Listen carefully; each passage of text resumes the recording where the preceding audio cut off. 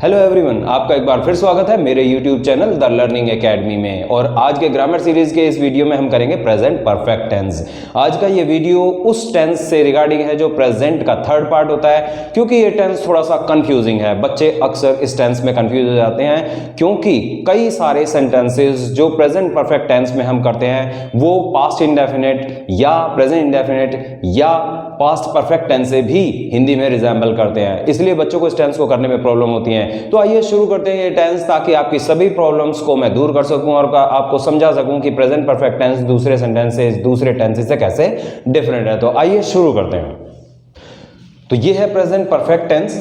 जैसे कि आप जानते हैं प्रेजेंट परफेक्ट टेंस इसका मतलब होता है प्रेजेंट यानी वर्तमान से संबंधित, परफेक्ट यानी जो परफेक्ट है मींस जो हो चुका है, और टेंस मींस समय। तो प्रेजेंट का वो समय जिसमें कोई काम हो चुका है। इस टेंस की अगर पहचान के बारे में बात करें तो इस टेंस की पहचान है चुका है, चुकी है, चुके हैं, या फिर आ है, ए है, ई है।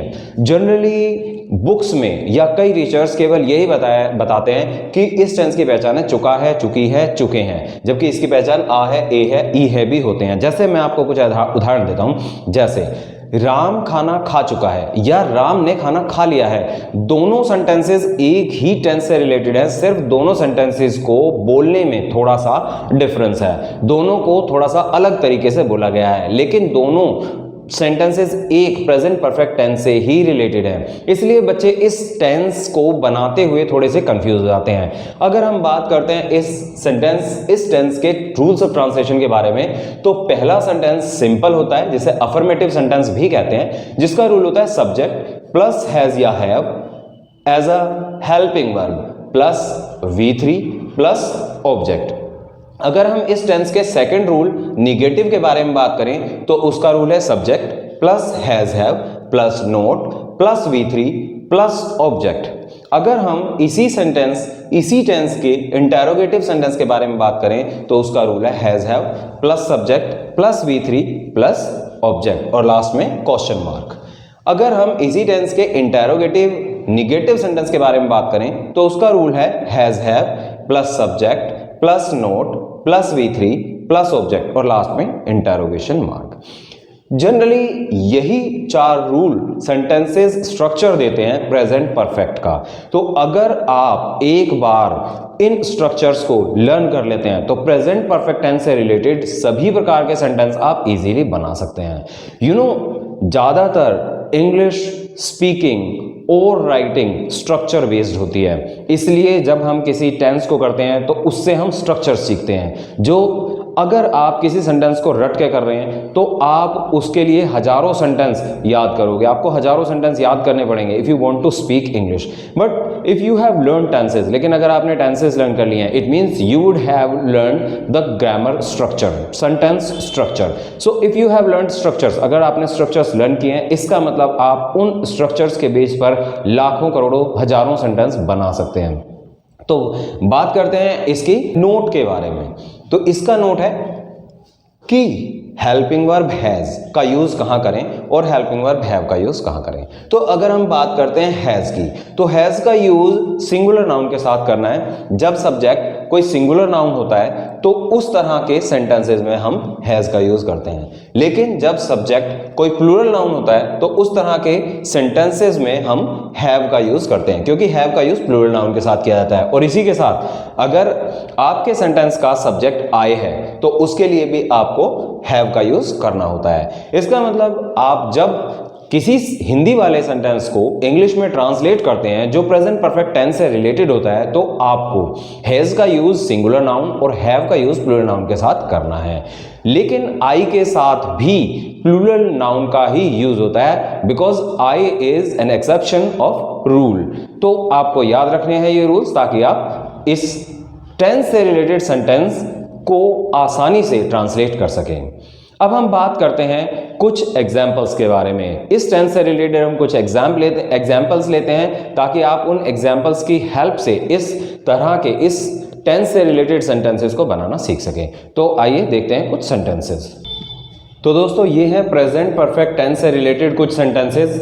इन 10 सेंटेंसेस के अंदर मैंने सिंपल, निगेटिव, इंटेरोगेटिव निगेटिव और WH फैमिली से रिलेटेड सभी प्रकार के सेंटेंसेस को विद एग्जाम्पल समझाने की कोशिश की है।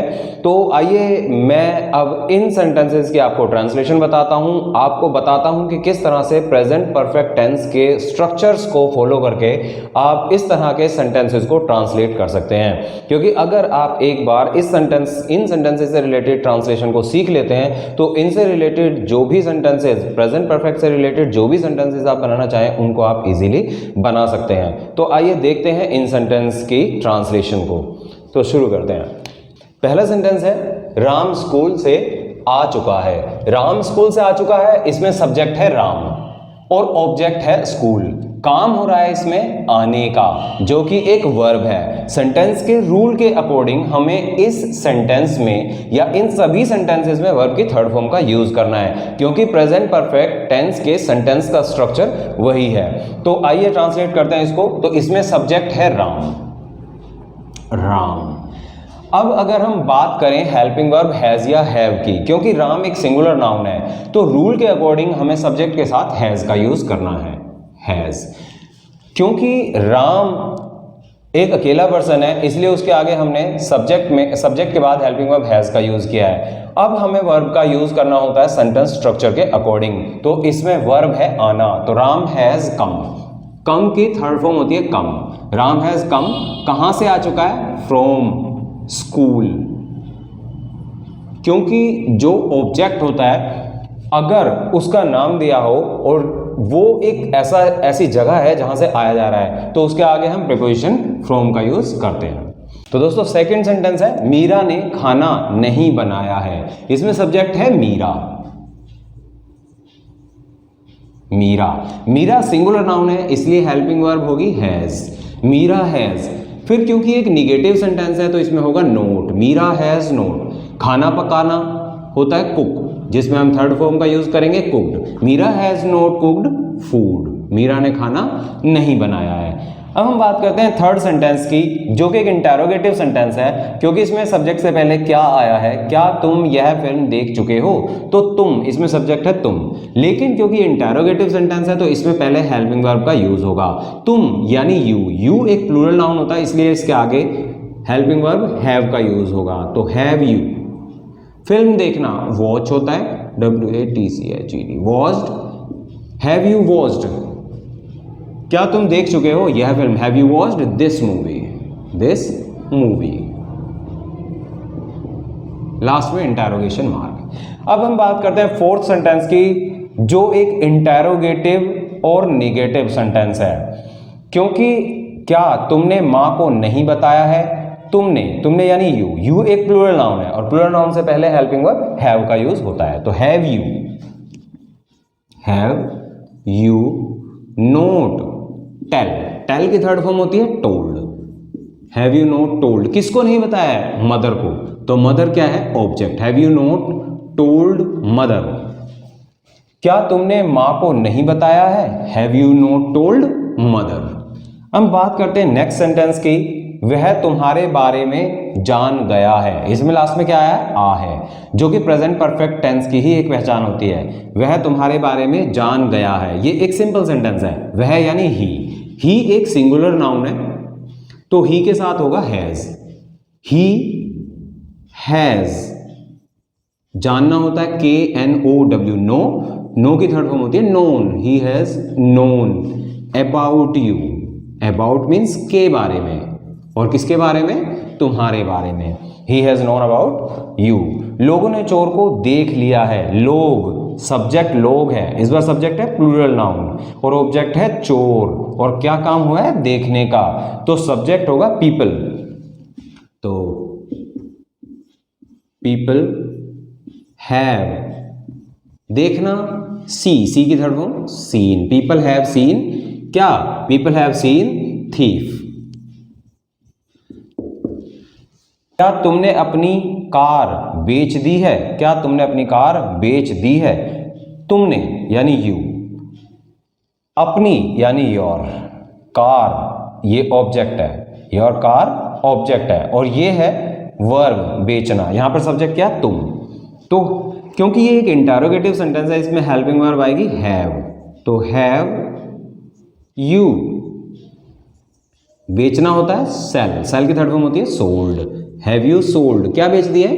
अपनी कार, यानी योर कार। क्योंकि यहां पर सब्जेक्ट है यू, तो इसलिए यू का अपना होता है योर, तो यहां पर आएगा have you sold your car. अब हम बात करते हैं नेक्स्ट सेंटेंस की, जिसमें लिखा है तुमने अपनी कार कहां खड़ी की है। खड़ी करना मतलब पार्क। ये एक इंटरोगेटिव सेंटेंस है, लेकिन क्योंकि अपनी कार कहां, ये WH फैमिली रिलेटेड वर्ड है जो बीच में आ रहा है कहां, जिसका मतलब होता है वेयर। तो इस तरह के सेंटेंसेस कहां, कब, कैसे, क्यों, कितना, ये सब सेंटेंसेस WH फैमिली से रिलेटेड होते हैं, ये सब वर्ड्स। तो इस तरह के जो सेंटेंसेस होते हैं वो WH फैमिली से बनते हैं। जैसे तुमने अपनी कार कहां खड़ी की है, तुमने, ये सब्जेक्ट हो गया, कार ऑब्जेक्ट हो गया, खड़ी करना यानी पार्क करना वर्ब हो गई। तो जब हम इस सेंटेंस को बनाएंगे तो कुछ इस तरीके से, वेयर हेल्पिंग वर्ब है हैव, क्योंकि ऑब्जेक्ट है यू, वेयर हैव यू। खड़ी करना होता है पार्क, तो हो जाएगा पार्क्ड, क्योंकि थर्ड फॉर्म आएगी योर कार, तुम्हारी कार, अपनी car. Where have you parked your car, तुमने अपनी कार कहां खड़ी की है। तो नेक्स्ट सेंटेंस है अमन ने आपको सब कुछ क्यों नहीं बताया। तो अमन ने आपको सब कुछ क्यों नहीं बताया, इसमें सब्जेक्ट है अमन, और इसमें हम WH फैमिली वर्ड क्यों के लिए वाई का यूज करेंगे। तो इसका ट्रांसलेशन कुछ इस तरह से होगी, वाई हैज अमन। क्योंकि अमन एक सिंगुलर नाउन है, इसलिए इसमें यूज होगा हैज का। Why has Aman not, tell की थर्ड फॉर्म होगी टोल्ड। किसे नहीं बताया, तुम्हें या आपको, यू। एवरीथिंग, तुम्हें सब कुछ, सब कुछ मतलब एवरीथिंग।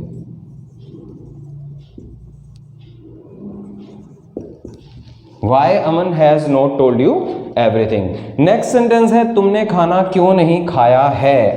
आ है, ये भी प्रेजेंट परफेक्ट टेंस से रिलेटेड सेंटेंस का एक टाइप है, इसको आप ध्यान से देख लें क्योंकि इसमें भी आ है आया है। तुमने खाना क्यों नहीं खाया है। तो इस तरह के सेंटेंसेस भी प्रेजेंट परफेक्ट टेंस में ही आते हैं। इसमें सब्जेक्ट है तुम और ऑब्जेक्ट है खाना, और इसमें जो वर्ब है वो है खाया।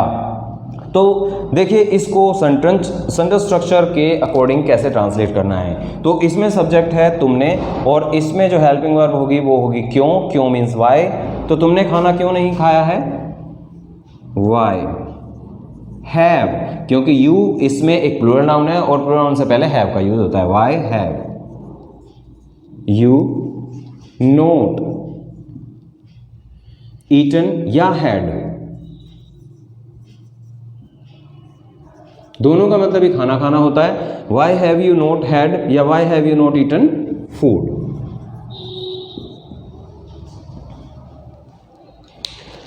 तो दोस्तों ये थे प्रेजेंट परफेक्ट टेंस से रिलेटेड कुछ सेंटेंसेस। आप एक बार इन सेंटेंसेस का एक स्क्रीनशॉट भी ले लीजिए, क्योंकि अगर आप एक स्क्रीनशॉट ले लेंगे इसका तो आप इनको देखकर एक बार प्रैक्टिस कर सकते हैं। तो दोस्तों ये सभी सेंटेंसेस थे प्रेजेंट परफेक्ट टेंस से रिलेटेड, जो मैंने स्ट्रक्चर के अकॉर्डिंग प्रेजेंट परफेक्ट टेंस के रूल के अकॉर्डिंग आपको समझाए हैं। अगर आप इन्हीं सेंटेंसेस को बहुत ध्यान से देखते हैं, इनकी ट्रांसलेशन को बहुत ध्यान से देखते हैं जो मैंने आपको बताया है, तो आप प्रेजेंट परफेक्ट टेंस से रिलेटेड सभी सेंटेंस बहुत ईजीली बना सकते हैं। आज का ये वीडियो यहीं तक था। अब मैं आपसे विदा लेता हूं और आपसे रिक्वेस्ट करता हूं कि अगर आप हो सके तो मेरे चैनल को प्लीज़ लाइक, शेयर और सब्सक्राइब करें, ताकि मैं आपकी ग्रामर को और ज़्यादा इम्प्रूव करने के लिए अपने प्रयास करता रहूं, अपनी कोशिशें करता रहूं और इसी प्रकार की और भी वीडियो आपके लिए लाता रहूं। एक चीज़ और मैं आपको बताना चाहता हूं कि जैसे ही मैं एक एक करके अपने सारे टेंसेस का सीरीज़ ख़त्म करूंगा तो मैं एक और वीडियो बनाऊंगा जिसमें मैं सभी टेंसेस को एक ही वीडियो में कवर करूंगा। क्योंकि अगर मैं पहले ही एक वीडियो में सारे टेंसेस को कवर करने की कोशिश करता हूं तो एक तो वो बहुत लेंथी हो जाता है, और जिस तरह मैं एक एक टेंस को हर एक वीडियो के मीडियम से समझा सकता हूँ उस तरह मैं एक वीडियो में आपको नहीं समझा सकता। क्योंकि पहले मैं आपको एक एक करके सभी टेंसेस को अलग अलग वीडियोस में समझाऊंगा और उसके बाद मैं एक वीडियो बनाऊंगा जिसमें सारे टेंसेस मैं कवर करूंगा, जिसमें आपके सारे टेंसेस मैं रिवाइज भी कराऊंगा और उस वीडियो के मीडियम से मैं आपको अच्छे से सारे टेंसेस एक बार फिर से सिखा पाऊंगा। तो जब तक मैं इसके सारे सेंटेंसेस की सेपरेट वीडियोस नहीं कंप्लीट कर लेता तब तक मैं वो वीडियो नहीं बनाऊंगा। तो आपसे रिक्वेस्ट करता हूं कि आप मेरे इस चैनल को प्रमोट करें, आप मेरे चैनल को लाइक करें, शेयर करें और सब्सक्राइब करें, ताकि मैं आगे भी वीडियो बनाता रहूं और इसी तरह की वीडियो आपके लिए लाता रहूं और आपकी ग्रामर को इम्प्रूव करने में आपकी हेल्प करता रहूं। तो आपसे विदा लेता हूं। Thanks for watching my video.